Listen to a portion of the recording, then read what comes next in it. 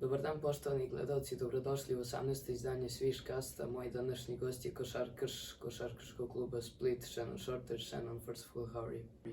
How you doing, man? I'm excited to do this interview. Obviously, it's been a couple months in the making, so for it to come to fruition, I'm excited to be in your presence and, get on SwishCast. Thank you. The first question for you is, tell me more about your life story and how you started playing basketball. Well, my life story, I'm from Houston, Texas. 35. I started playing basketball because of my brother. So like growing up where I grew up, I really just wanted to do anything that my brother wanted to do, right? And so he played basketball, I played basketball. I picked it up when I was 7. And I remember telling my mom when I was like 8 that I wanted to do this like professionally. And like she was asking me, well, what you want to do in college? What do you want to go to college for? Like, what do I said? I want to play basketball. Like, and that was it. Obviously, my mom is like one of my superheroes. My father wasn't around. It was me, my brother, my sister. It was 3 of us and my mom. Where we grew up in Houston, she made us comfortable being uncomfortable, if you will, right? And we didn't have the best of everything, but we made the best of everything. And my mom, she was somebody who always figured it out, always found a way to make sure we never went without, and made sure we was just in comfortable situations growing up. And I'll have a lot of gratitude to her for that. And growing up is just typical inner city type stuff, I used to I played multiple sports growing up, but basketball was always the one for me. Compare to me life in Houston now and life in Houston then when you are a young guy. So like, obviously I'm a grown man now, you know what I mean? So growing up, hindsight 2020, you start to see like, as you experience life, situations that you wasn't accustomed to growing up, that now that you've grown, it's a different type scenario, right? For example, we didn't always, I had one pair of shoes, one shoe in high school, like in middle school. I used to get one shoe for the whole year. Like it wasn't like I had multiple shoes and, but I just enjoyed my adolescence. You know what I mean? Me, my brother, my sister, my cousins, crammed in one house, just enjoying each other, just doing what typical kids do. Now that I'm grown, I'm married, I have a wife, and I've been playing pro basketball for 13 years. I got a college degree. So my life has drastically shifted from my upbringing to now. Different set of responsibilities, I guess you could say. When you knew you want to play basketball professionally? I remember I was at the YMCA, so like it's like a youth league in the States, and I was at the Quillian, and my mom took me to my game, and I was 7 playing like against 10-year-olds, and I played really well. And then I remember having a conversation with my mom, and I just always said I want to be a basketball player. From that point forward, like every day, and then I just got to give my flowers to my sister. She was a basketball player growing up as well, and she worked with me when I was younger and taught me how to use my left hand, and she taught me a lot of stuff that had I not had her at that moment in time, I don't know if I would have had the certain fundamentals that I had in them times in my life.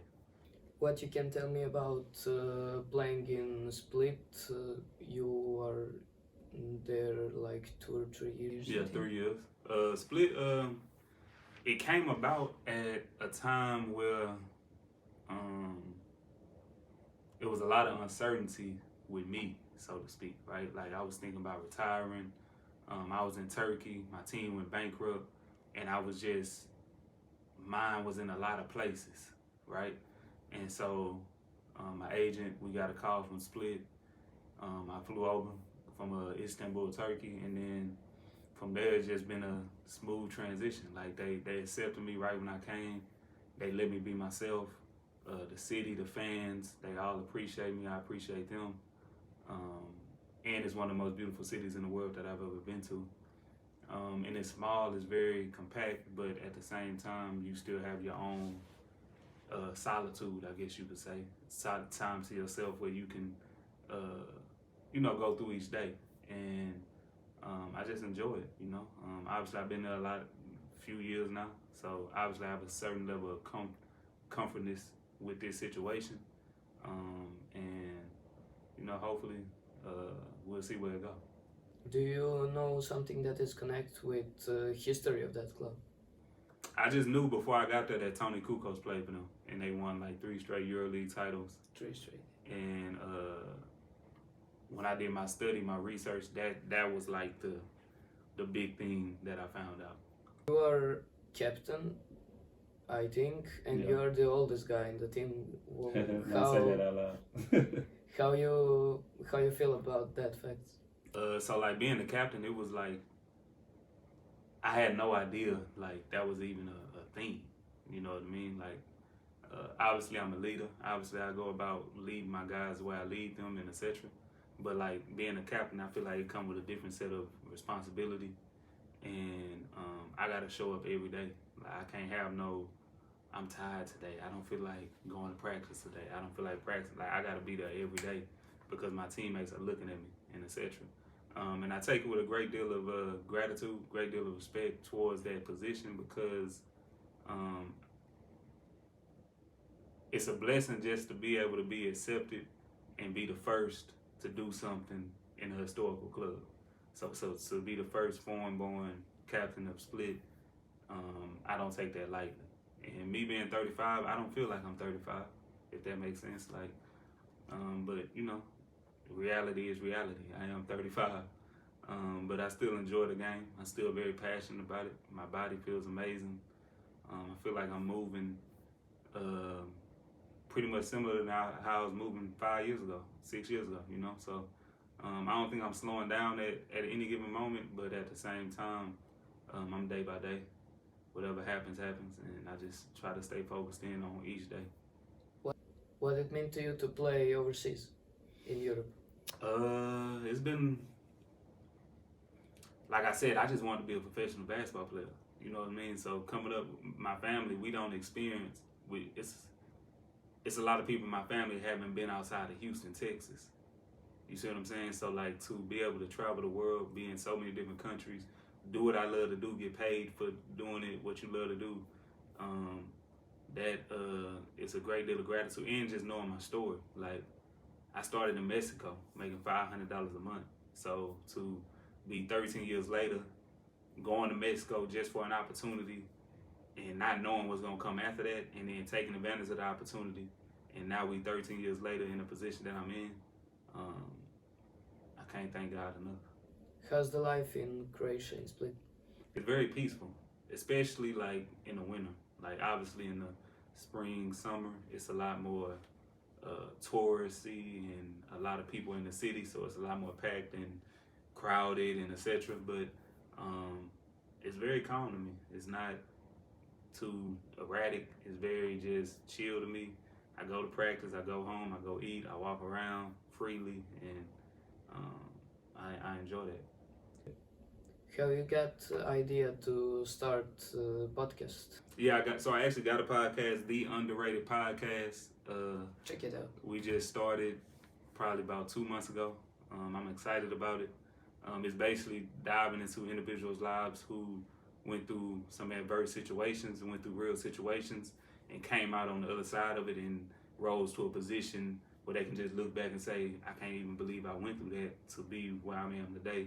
And one of the quotables for the podcast is boundaries never work against the destined. And I feel like that's something you can live by. If you know you supposed to be in a position in life, know your worth, know your value, nothing should be able to hold you back. So the Underrated Podcast, tune in, tap in. We have some great guests, and season 2 should be airing in late December, early January. What it meant to you to play in ABA League against some big clubs in history and now, like Red Star and Partizan play there? History, Cibona, Split, where you played, what it meant to you? So I never take just playing for granted. You know what I mean? No matter who I'm playing. Like, I just enjoy playing. So, like, if we playing Partizan, if we was to go play the Golden State Warriors, it wouldn't be a certain like euphoric feeling, high feeling that I'm gonna have because I just love to play the game. Like it's not about who I'm playing, but it's more so about just getting the opportunity to do what I love to do one more time. And I have a great deal of like gratitude in that because like I told you my story and where I started and where I was at and the situation I went to just to have these moments. I don't take it for granted. You played in PAOK, Yeah. in Thessaloniki. Yeah. Did you know PAOK and Partizan are brother clubs to each other? I just found that out like right now. So like I didn't know that.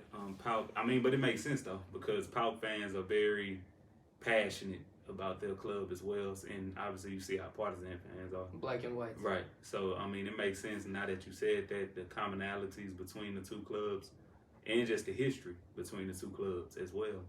So that's not surprising to hear you say that though. What you can tell me about this season of your league? Did you watch the games? Yeah, I watch it. I think it's very competitive. Obviously, the teams that you expect to be at the forefront right now, like Real Madrid, Barcelona having a good solid season. You know, Partizan, Red Star, they both kind of fluctuating and etc. But obviously, EuroLeague is the second best league in the world outside the NBA, and just the talent and the passion and the competitiveness that's in the league. It's just great to watch. Just good basketball. Do you have some predictions for Final Four, maybe starting five? The EuroLeague, like the starting EuroLeague. five in the Final Four. And Final Four. It's hard to bet against Real Madrid just because of their personnel, who they are. They've been there before. They know how to win. Panathinaikos, obviously the defending champs. I think Zalgiris is having a good season, but I still got to see a little bit more. You know what I mean? I'm not going to write them off, but I just got to see a little bit more. And probably, I like Barcelona. I do like Barcelona. I think Kevin Punter is a big acquisition for them. He never not Makes the difference. Right. He never not shows up in big games. He's gonna be there in big games where they need him, and I think that's gonna help them get over the top. Now the starting five, I'll say Kevin Punter, Kendrick Nunn, Lazor,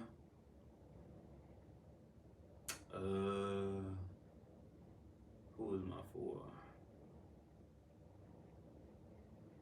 I like Tyreek Jones with Partizan. I think he just having a crazy season right now in the EuroLeague. And I'll say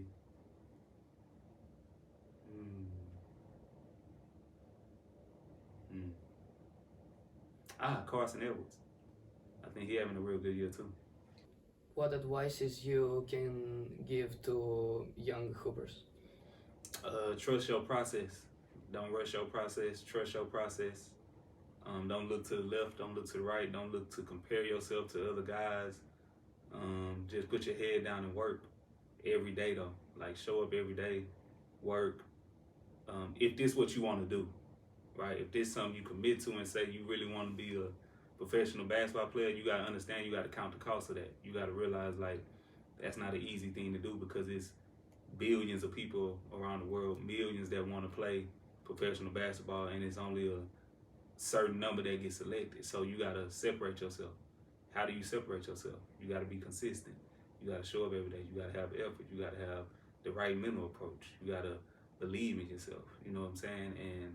And so just really just trusting your process. And when I say trusting your process, I mean every day,